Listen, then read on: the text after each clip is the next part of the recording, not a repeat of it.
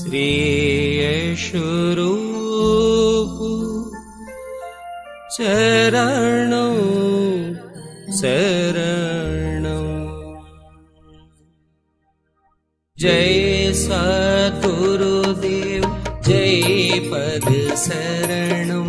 श्रीयशरूप चरणों शरणं। जय सद्गुरुदेव जय पद शरणं। श्रीयशरूप चरणों शरणं। जय सद्गुरुदेव जय पद शरणं। श्रीयशरूप चरणों शरणं। जय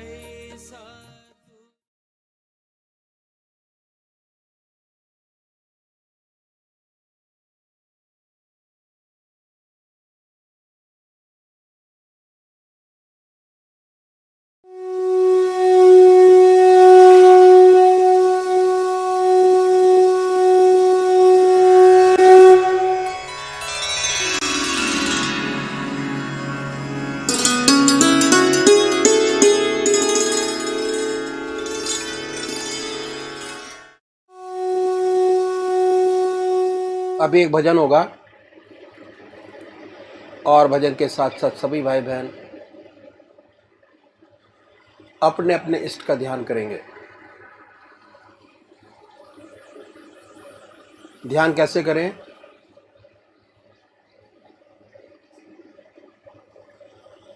अखिल भारतीय संत मत सत्संग की तरीकत मैं आपके सामने रखता हूं।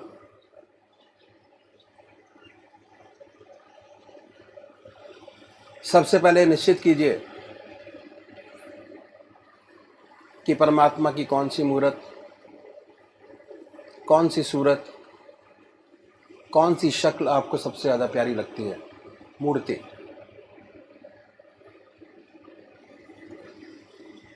किसी से पूछने की ज़रूरत नहीं, अपनी आत्मा से प्रश्न कीजिए कि भगवान का वो स्वरूप जो आपको सबसे ज़्यादा प्यारा लगता है उसको चुनें।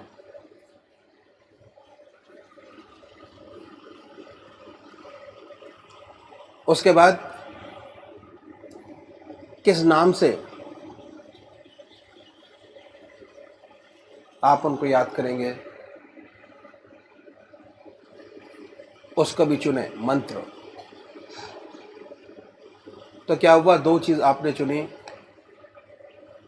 एक अपना इष्ट देव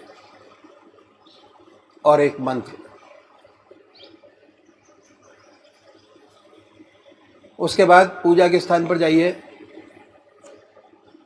जिस स्थान पर बैठे हैं, जिस आसन पर बैठे हैं उसी आसन पर बैठें। बड़े प्यार से धूप बत्ती अगरबत्ती जलाएं। बड़े आराम से बैठिए और बैठने के बाद ये महसूस कीजिए कि आपका इष्ट शरीर आपके सामने विद्यमान है।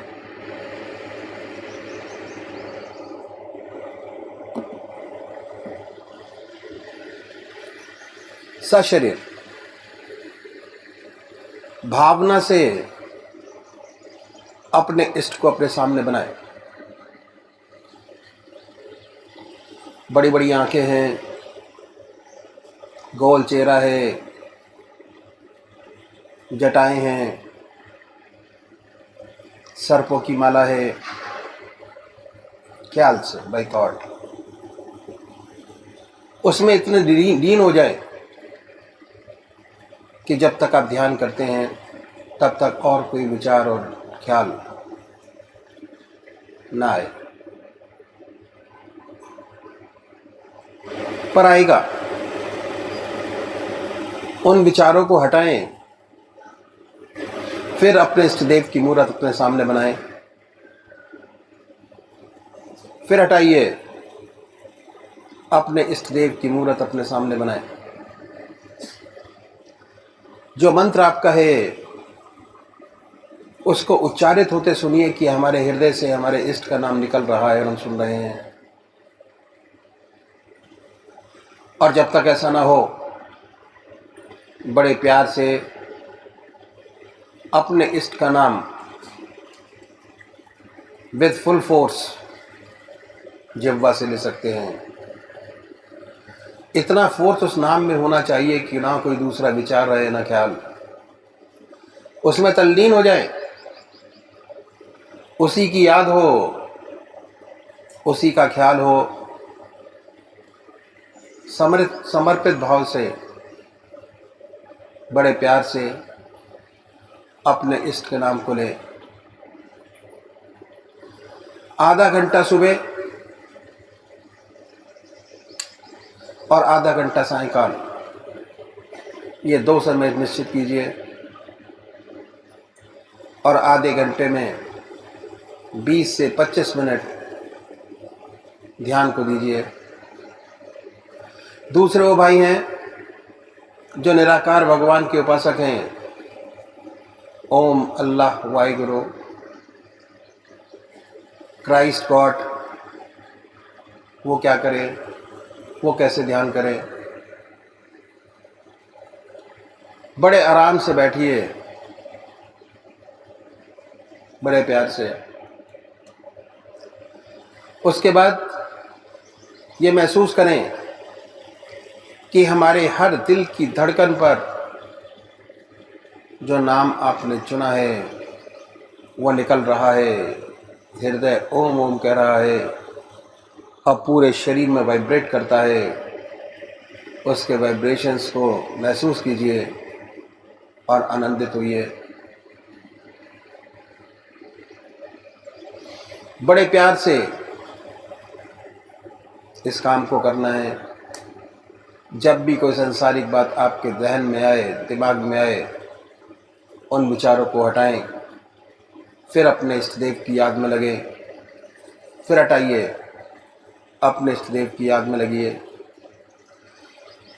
अगर आज ध्यान करते हुए आपके 100 विचार 1 मिनट के अंदर आते हैं, तो निश्चित समझिए अगर ये अभ्यास आप बराबर करते चले जाएंगे तो एक दिन ऐसा आएगा कि कोई विचार आपके आगे नहीं होगा।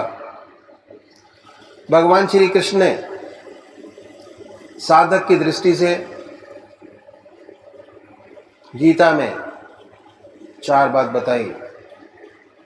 पहली आहार की शुद्धि, दूसरी विहार की शुद्धि, तीसरा अभ्यास और चौथा अभ्यास।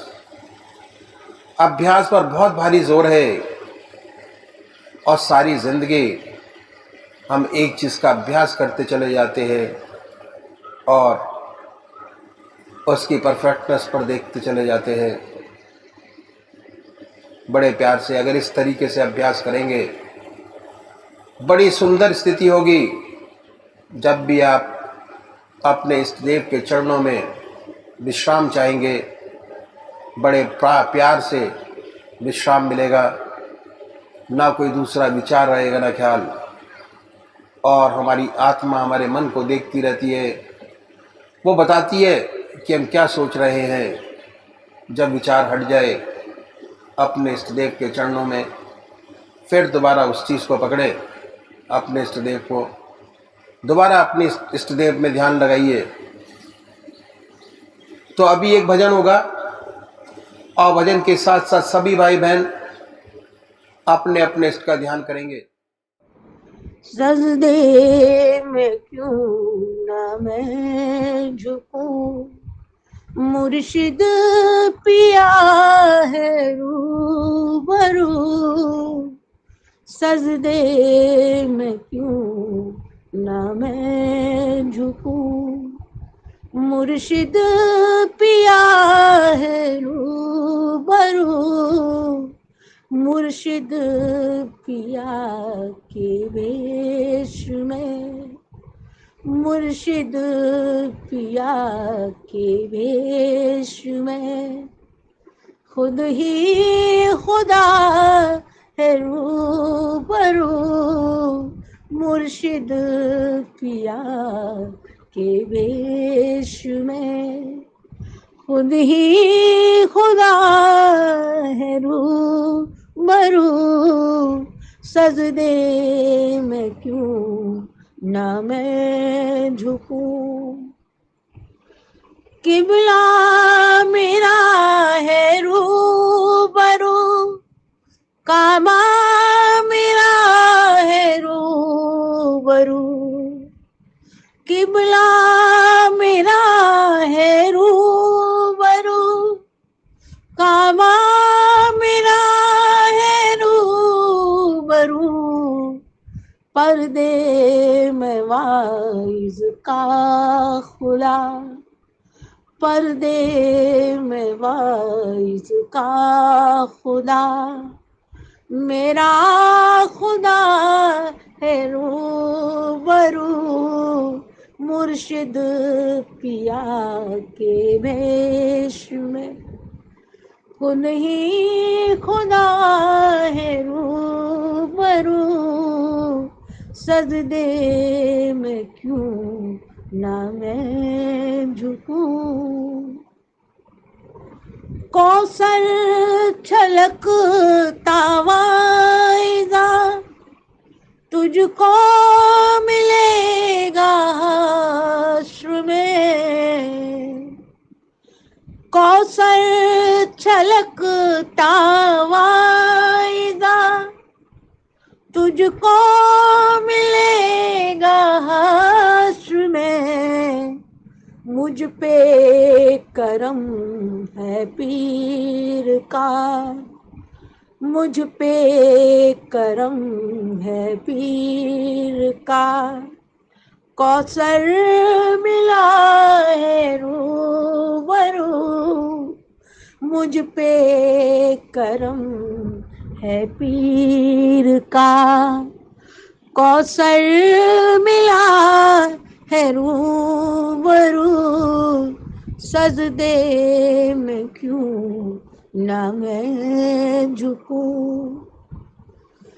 मुश्किल कुशाई होती है मुर्शिद पिया की वज़्म में, मुश्किल कुशाई होती है मुर्शिद पिया की वज़्म में, मुर्शिद पिया के वेश में, मुर्शिद पिया के वेश में, मुश्किल कुशा है रूबरू, मुर्शिद पिया के वेश में, मुश्किल कुशा है रूबरू, सजदे में क्यों ना मैं झुकूं। शाने खुदा की देख लो आकर हमारी वज़्म में, शाने खुदा की देख लो आकर हमारी वज़्म में, जिसमें यशरूप का अक्स है, जिसमें यशरूप का अक्स है, वो आईना है रूबरू, जिसमें यशरूप का अक्स है, वो आईना है रूबरू, सजदे में क्यों ना सर झुके। अर्शे बरी पे है खुदा, सजदे करूं मैं किस तरह।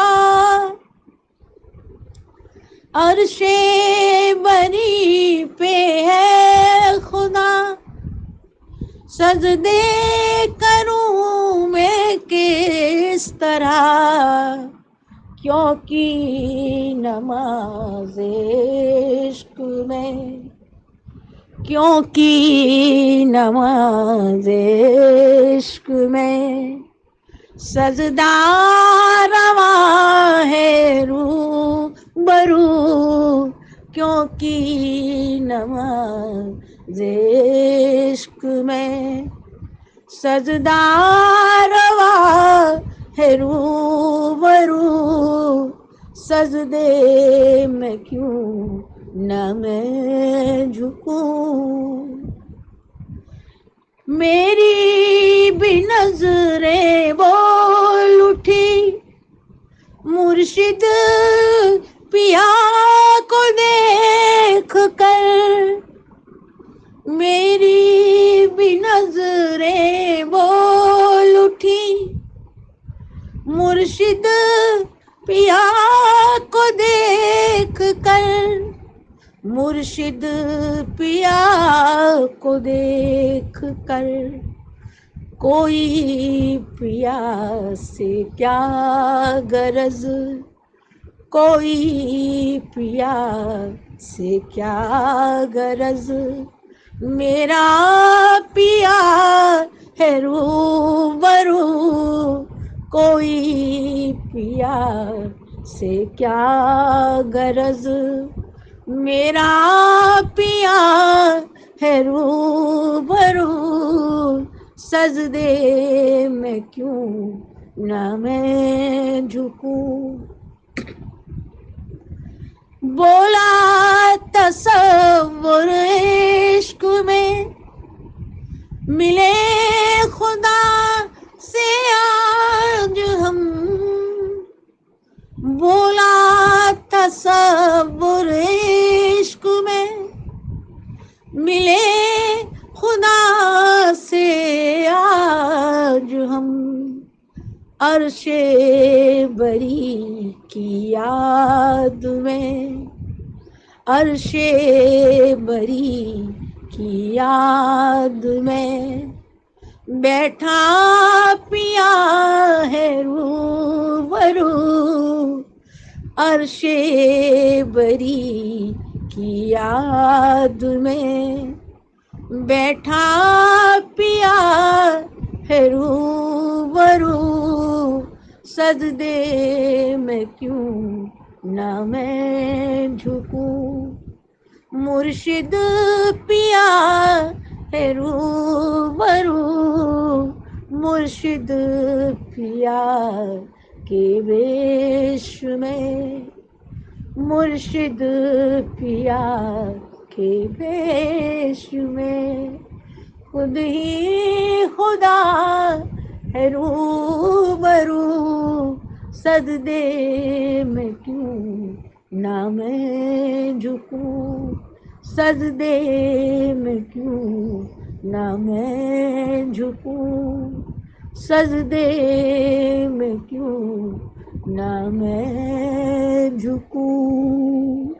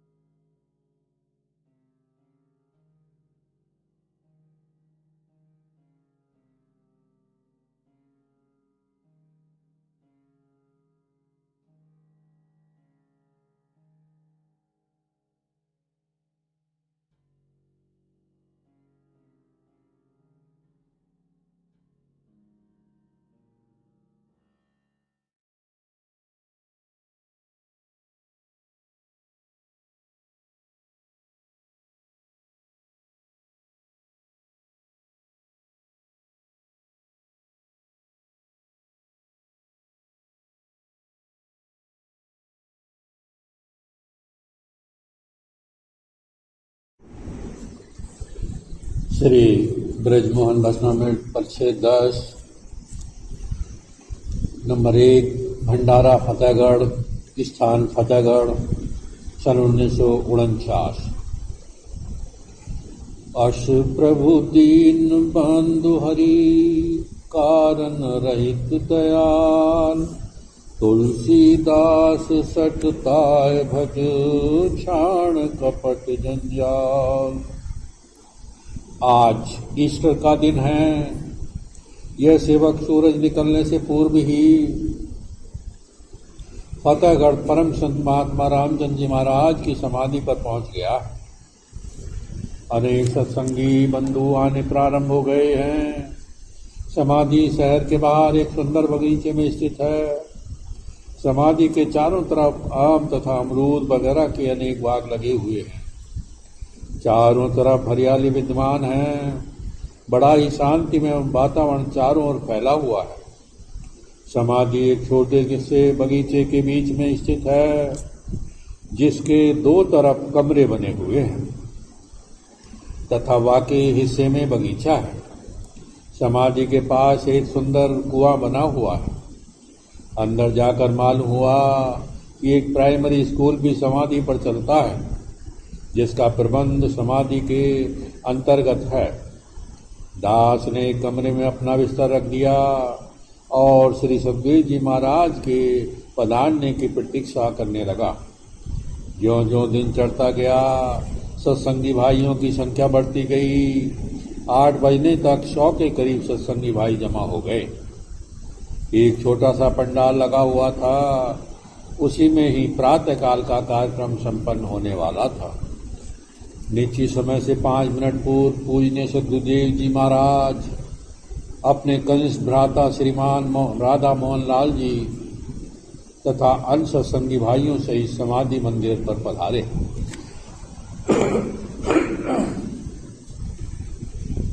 दास ने चरण धूलि में सरनबा अपने को पवित्र किया। आपके शरीर से कमजोरी जाहिर हो रही थी, लेकिन चेहरे पर एक अपूर्व तेज विद्यमान था। आपके आते ही आंतरिक सत्संग का कार्यक्रम प्रारंभ हुआ और बड़े ही शांति तथा आनंद की प्रवाह धारा बहती रही, जिसमें स्नान कर सब भाइयों ने अपने आप को कृतार्थ किया। 1 घंटा आंतरिक सत्संग के पश्चात सामूहिक शांति पाठ हुआ। श्रीमान पूजनीय शिवनारायण दास जी गांधी जी ने शांति पाठ का कार्यक्रम संपन्न कराया। इसके बाद प्रसाद वितरण हुआ और आधे घंटे के लिए अवकाश मिला। इस अवकाश के अवसर पर अनेक सत्संगी भाइयों से परिचय करने का शुभ अवसर प्राप्त हुआ। श्रीमान पूजनीय पापा जी से परिचय हुआ। इसके बाद मुंशी जी तथा अन्य पधारे हुए सत्संगी भाइयों से परिचय हुआ। आधा घंटे के पश्चात फिर सब भाई पंडाल में उपस्थित हुए तथा पूजनीय सदगुरु जी ने बड़े ही सारगर्भित शब्दों में अध्यात्म की तरीकत का निचोड़ श्री गुरु नानक जी महाराज तथा श्री अंगद जी महाराज की मिसाल देते हुए समझाया कि सिखों के आदि गुरु श्री नानक देव जी महाराज हुए हैं। वह सिख समुदाय के गुरु ही नहीं थे, बल्कि अपने समय के भारतवर्ष के सर्वोपरि परम संत थे। आपकी वाणी आज भी उतनी ही रहस्यपूर्ण है और शक्तिशाली है जितने की उनके जीवन काल में थी। श्री गुरु अंगद देव जी महाराज वैष्णो देवी के दर्शन करने जा रहे थे। उनके साथ उनके गांव के तथा नजदीक रहने वाले लोग भी थे। जब वह करतारपुर पहुंचे तब उन्हें मालूम हुआ कि यह स्थान परम संत श्री गुरु महाराज गुरु नानक देव जी का निवास स्थान है। श्री अंगद देव जी हृदय में ही नानक देव जी महाराज के दर्शन करने की तीव्र अभिलाषा हुई। उधर नानक जी महाराज ने आंतरिक दृष्टि से यह जानकर कि उनका होने वाला परम शिष्य आया हुआ है, शहर के बाहर आकर एक तरफ अपने परम प्रिय शिष्य के इंतजार में खड़े हो गए। अंगद देव जी महाराज पूछते पूछते आपके पास आए और श्री गुरु नानक देव जी महाराज के मकान का पता पूछा। श्री नानक जी महाराज आपको साथ ले गए और जब घर पहुंचे तो कहा आप अपनी घोड़ी सामने वाले वृक्ष के नीचे बांध दें और स्वयं दूसरे दरवाजे से अंदर जाकर तख्त पर आसन लगाकर ध्यान में बैठ गए। जब श्री अंगद देव जी मकान के अंदर पहुंचे तो यह जानकर कि रास्ता दिखाने वाले मनुष्य ही श्री गुरु नानक देव जी थे, बड़ा दुख हुआ। उन्हें बड़ा पश्चाताप हुआ कि अगर उन्हें ऐसा मालूम होता तो वह उनको अपनी घोड़ी पर बिठा कर लाते। जब गुरु जी ने श्री अंगद देव जी का नाम पूछा तो उन्होंने उत्तर में कहा कि मेरा नाम लैना है। तब गुरु जी सुनकर मुस्कुरा और कहने लगे, भाई तू लैना है और हमने तुम्हारा देना है। और उनका नाम उस दिन से अंगद रख दिया। एक दिन श्री अंगद देव जी के हृदय में सेवा भाव उत्पन्न हुआ। आपने घर जाकर माता चौड़ी से श्री नानक देव जी महाराज के बारे में पूछा, वो कहाँ पर हैं।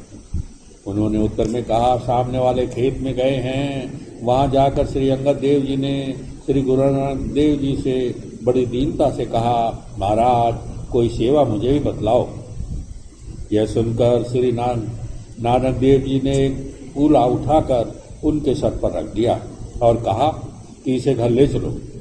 पूला नीचे से सारा कीचड़ से भरा हुआ था, इसलिए उनके कपड़ों पर सारा कीचड़ गिरना शुरू हो गया तथा उनके सुंदर कपड़े कीचड़ से लथपथ हो गए। श्री अंगद देव जी कपड़ों की परवाह न करते हुए वह पूला उठाकर घर लाए। उनको इस दशा में देखकर माता चौड़ी हैरान रह गई और गुरु नानक देव जी से बोली कि अगर तुम ऐसे काम लोगे तो तुम्हारे पास कौन आएगा। श्री परम संत नानक देव जी महाराज ने फरमाया, अब मैं बूढ़ा हो गया हूँ, अपना बोझा नहीं उठा सकता, चाहता हूँ कि अंगद देव जी अब मेरा बोझा उठा लें। परम संत श्री नानक देव जी महाराज के पास अनेकों भक्तजन व प्रेमी जन आते थे। जब आने वालों की संख्या बहुत बढ़ गई तो उन्होंने छटनी करना उचित समझा और आध्यात्मिक परीक्षाएं लेना आरंभ किया। एक बार परम संत गुरु नानक देव जी महाराज अपने सब शिष्यों सहित किसी व्यावान जंगल में से गुजर रहे थे। एकाएक ऐसी गुफा नजर आई जिसमें बहुत हीरे लाल रत्न बिखरे पड़े थे।